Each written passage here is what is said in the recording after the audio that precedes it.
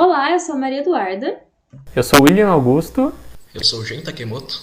E nós três somos bolsistas pibidianos e estamos aqui para falar sobre as atividades que nós desenvolvemos com as turmas e todo esse desenvolvimento do programa até então.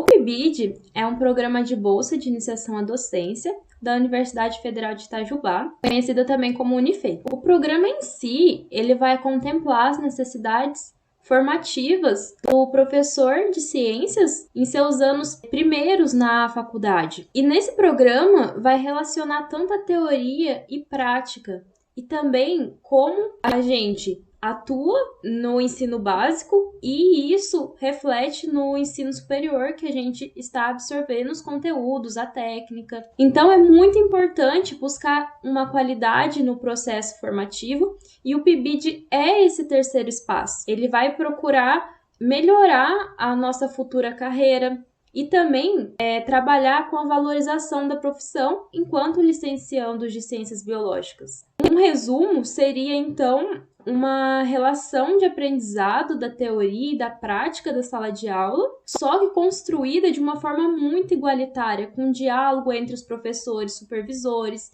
e os licenciandos, bolsistas do PIBID, de forma muito bacana.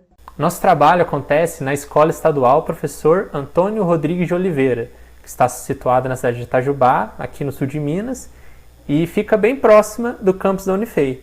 As funções do PIBID nessa edição têm como coordenadora diária a professora e doutora Marcela Agudo e como professora supervisora a professora Lídia Moraes.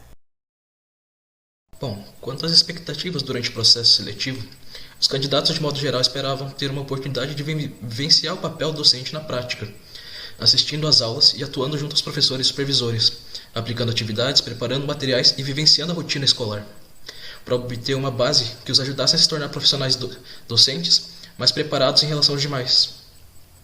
Além disso, uma expectativa comum a todos era o retorno das aulas presenciais, a fim de possibilitar uma maior aproximação com os alunos e com a própria escola, mas isso não acabou não acontecendo.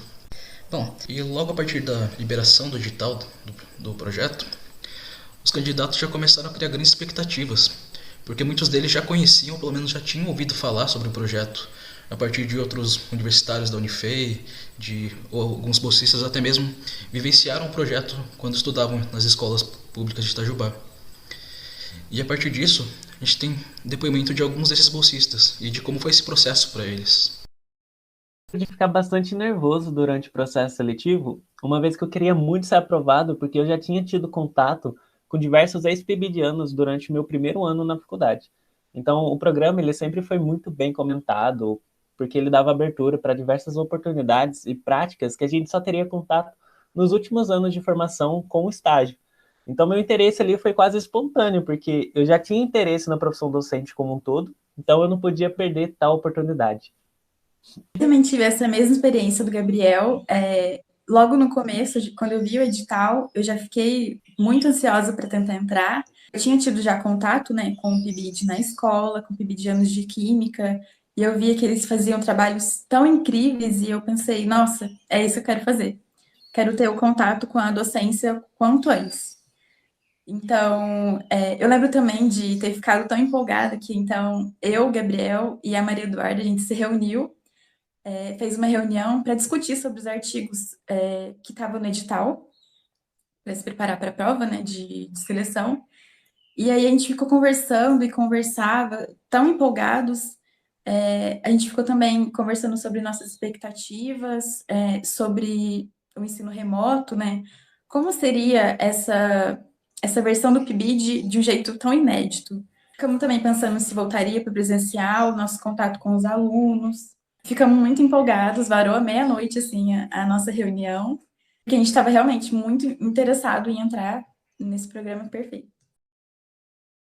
Bom, as atividades agora que a gente teve que desempenhar. Para começar, a gente está num contexto peculiar, Porque devido à pandemia, as aulas presenciais foram encerradas e a gente teve que ir para o ensino remoto. E como trabalhar com alunos no ensino fundamental de forma remota quando a gente quer fugir do tradicional, A gente quer fugir das aulas expositivas tradicionais, a gente quer fazer metodologias assim que façam com que tenha uma interatividade maior com os alunos, que tenha um interesse maior com os alunos, que trate os conteúdos de forma séria, mas ao mesmo tempo de alguma forma mais lúdica e tal, com brincadeiras e jogos e tal, para trazer os alunos, e como fazer isso de forma remota, né? Porque quando a gente pensa em ensino remoto, a gente pensa em aula online, aulas expositivas, videoaulas, e não é isso que a gente queria, né? A gente queria falar com os alunos, a gente queria interagir com os alunos, né? Fazer com que os alunos participassem, né? Agregassem aquilo que a gente estava propondo, né? E aí, né, depois do começo, assim, aprendendo, a gente achou as alternativas de algumas ferramentas online, de alguns sites e tal, que trabalham com jogos ou com dinâmicas diferentes, e aí foi para esse lado que a gente tomou, né? A gente usou sites como Gartic, como Kahoot, alguns sites que integram, né, que agregam as atividades, assim, para que todos os alunos vejam o que todos os outros estão fazendo, como o próprio Google Sala de Aula, que a professora utiliza. E foi esse caminho que a gente tomou para fazer com que as atividades sejam feitas de forma séria, mas com uma metodologia e com uma interação diferente com os alunos. Bom, e para ilustrar isso que eu acabei de explicar, a gente trouxe o depoimento de alguns colegas sobre algumas das atividades mais interessantes que a gente realizou. No sábado letivo que eu participei, foi junto com o meu subgrupo, a Maria Eduardo e o Gabriel. E nesse sábado, a gente recebeu um tema bastante amplo, que era cultura e atualidades. Então, dentro desse tema geral, a gente escolheu falar sobre o Dia da Terra, que estava próxima a data. Então, a gente resolveu falar sobre isso inicialmente. A gente não quis fazer uma explicação, né, tão pesada assim, por ser um sábado, a gente resolveu levar uma coisa mais leve para os alunos. Então, a gente fez essa explicação breve e depois disso a gente separou um jogo. E essa parte foi a mais legal, porque a gente escolheu o jogo Gartic, que, assim, ele é um jogo bastante conhecido. Ele funciona assim, uma pessoa, ela recebe uma palavra e ela tem que desenhar essa palavra. Enquanto ela desenha, todos os outros participantes também estão vendo o desenho e eles têm que adivinhar o que é. E aí a gente fez, né, sobre o tema Dia da Terra, a gente colocou palavras relacionadas à natureza, à sustentabilidade e coisas assim, para os alunos relacionarem, né, com o que eles aprenderam. Eles gostaram muito, foi muito legal. A gente esperava que eles fossem gostar, né, por ser um jogo mais dinâmico, mas a gente não esperava que eles fossem gostar tanto quanto eles gostaram. E foi muito incrível a participação deles, ver esse feedback e perceber o tanto que eles gostaram mesmo, né, dessa sequência que a gente fez. E ficou tão explícito que eles gostaram que passaram até depois do horário da aula jogando. Na aula sobre meio ambiente, que eu ministrei junto com o meu subgrupo, tiveram momentos, assim, de participação dos alunos que foram incríveis. Eles têm comentários, assim, perfeitos. Nessa aula, a nossa sequência foi focada, basicamente, em levar reflexões, instigar questionamentos nos alunos. E a gente percebeu que foi nisso que a gente conseguiu atingir. Porque, assim, nós focamos mais nos impactos do homem no ambiente. Então, os alunos conseguiram, a partir disso, ter vários momentos de reflexões. E teve um comentário específico de uma menina que, assim, depois conversando com os meus colegas de subgrupo, eles tiveram, assim, ficaram maravilhados, igual a mim. Ela disse, assim, que em relação às queimadas, né, a gente estava falando sobre as leis, por que não funciona aqui no Brasil e tal.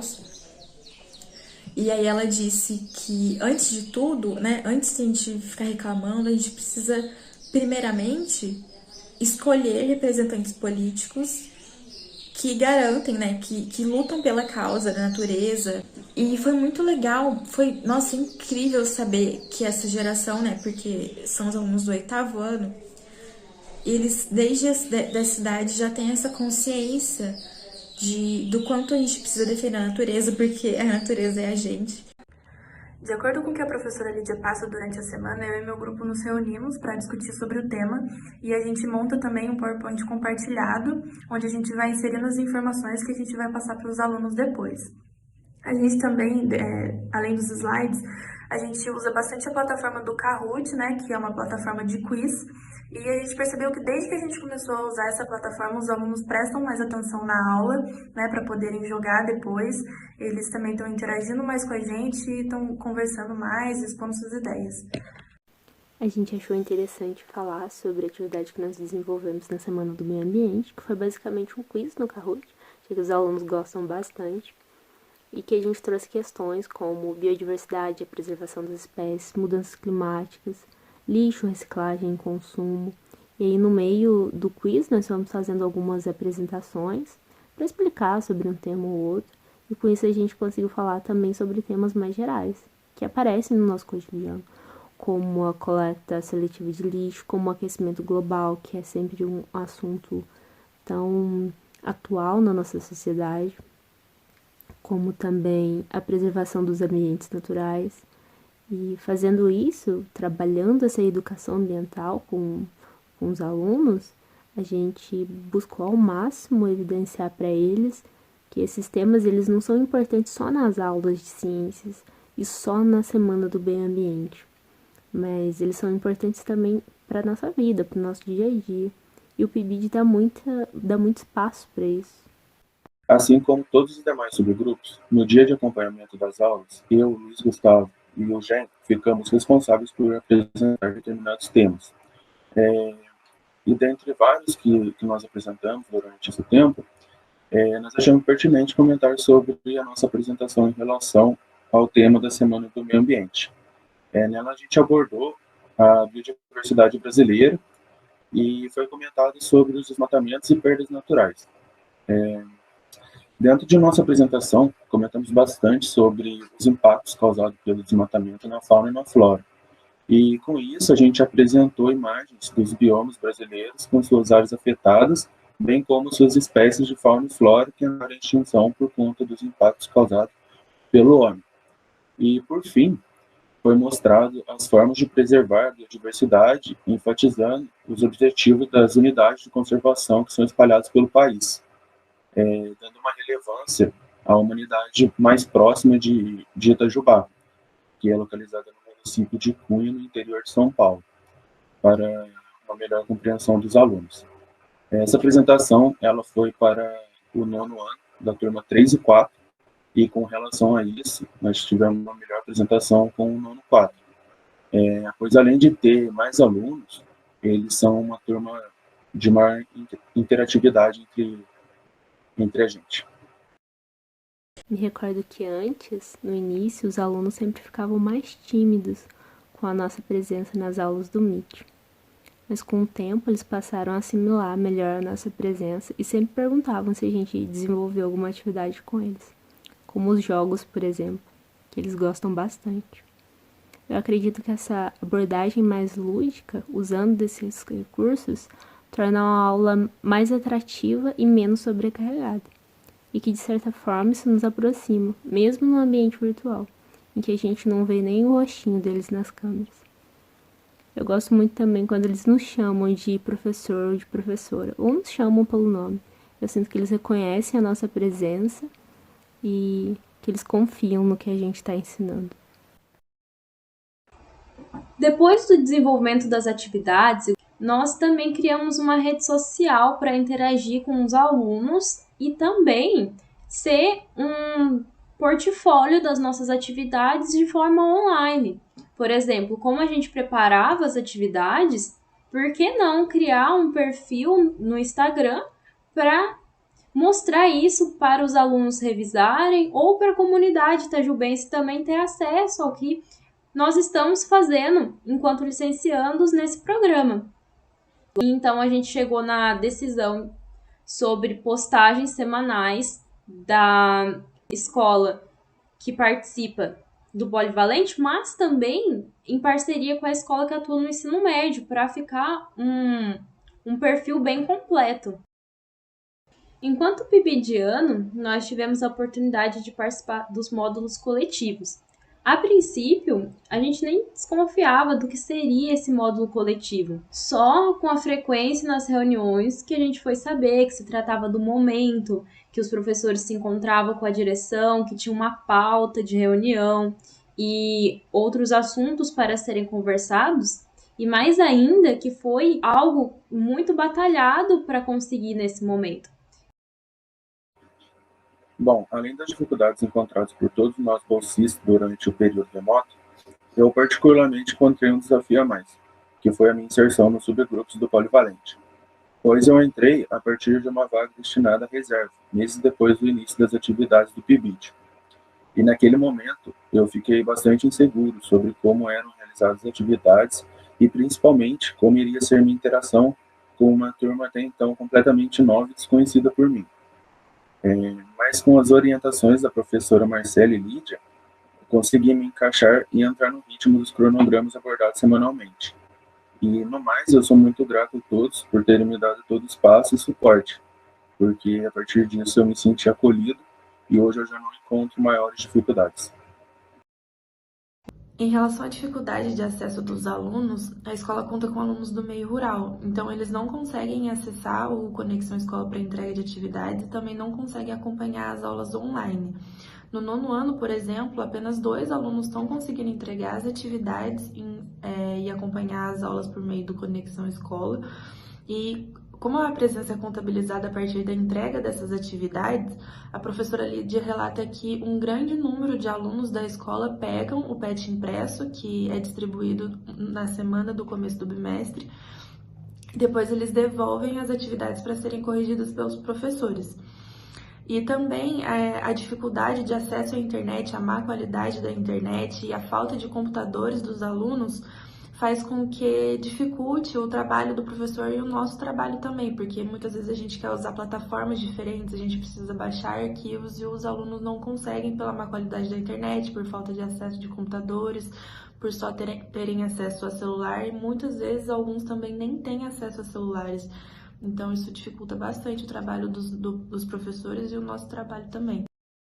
No que diz respeito à sobrecarga dos professores, isso foi possível observar conforme a gente foi tendo contato com o dia a dia deles, porque além deles terem que regir muitas aulas, participar dos módulos coletivos e individuais e também dos sábados letivos, eles ainda não tinham que ter tempo para estudar e montar conteúdos extras para os alunos. Então, com isso, nas reuniões gerais e de subprojeto, foi possível presenciar vários relatos de professores que estavam expondo aí a falta de tempo para o trabalho como um todo, tendo, por exemplo, que tomar tempo de feriado, fim de semana e até mesmo horas de descanso para resolver diversas situações. Bom, e dando continuidade em relação à sobrecarga dos professores, nós podemos observar que é decorrente de uma obrigação a mais por acompanhar e auxiliar o encaminhamento das atividades dos alunos, tendo em vista a dificuldade de alguns com o Conexão Escola e outros problemas extra-classe. Ambas as dificuldades e desafios que foram citados anteriormente, eles estão sendo superados conforme o andar das aulas, como foi observado por nós do PIBID. Mas a gente acredita que será algo recorrente, que vai se manter até que volte às aulas presenciais. Porque mesmo os professores mantendo suas cargas horárias, eles lá no presencial vão encontrar um maior alívio em suas demandas de atividades e acompanhamentos, como é o exemplo das aulas e aplicações e correções de atividades e provas. A formação do futuro docente deve considerar uma formação integral do ser, e não apenas ter como único objetivo o mercado de trabalho. A prática social é de suma importância, não pode ser perdida em razão de um caráter utilitarista que vem sendo atribuído à educação e sendo alvo de um mundo empresarial. Logo, articular as questões socioculturais com o desenvolvimento da ciência e tecnologia, perante as transformações políticas e econômicas que a sociedade vem enfrentando, é necessário. Bom, e não somente os bolsistas perceberam o impacto do programa na vida e no currículo deles. As turmas que a gente trabalhou e até mesmo a professora que nós acompanhamos perceberam algumas mudanças no decorrer das aulas e no desenvolvimento das atividades. E a partir disso a gente tem um depoimento da professora Lídia sobre como tem sido a nossa atuação dentro do programa. Estou participando do PIBID como professora supervisora na Escola Polivalente. Essa experiência, foi bastante desafiadora diante do ensino remoto que estamos trabalhando, mas tem sido muito positivo. Os PIBIDianos sempre trazem, muitas atividades como jogos, utilizando recursos bastante interativos, e isso tem nos ajudado com a permanência e participação dos alunos durante as aulas, fazendo com que a gente consiga manter essa participação dos nossos alunos também. Tem sido, então, uma experiência, de maneira geral, muito significativa para todos. Os alunos sempre perguntam por eles, já acostumaram com a presença dos PIBIDianos durante as aulas. E como professora, é muito importante, participar do projeto, porque ajuda nessa continuidade da nossa formação. Na medida que vamos orientando os graduandos a desenvolver as atividades, supervisionando, vamos refletindo também sobre nossas ações, como professores, ajudando então nesse processo da formação continuada. Por fim, nós gostaríamos de agradecer pela atenção de todos vocês, aproveitar esse espaço para agradecer também a nossa coordenadora institucional, que é a Andréia Borges, por ser muito acessível e nos instruir assim ao longo desse programa todo. Também a coordenadora de área, Marcela Agudo, por nos orientar com tanta paciência e estar disposta a desenvolver ideias conosco. Isso foi muito importante e continua sendo pra gente. E também para a professora supervisora, Lídia Moraes, que nos auxiliou muito no programa. Fez um cronograma pra gente, que facilitou muito a nossa organização e tornar os trabalhos mais efetivos, com melhor aproveitamento do nosso tempo.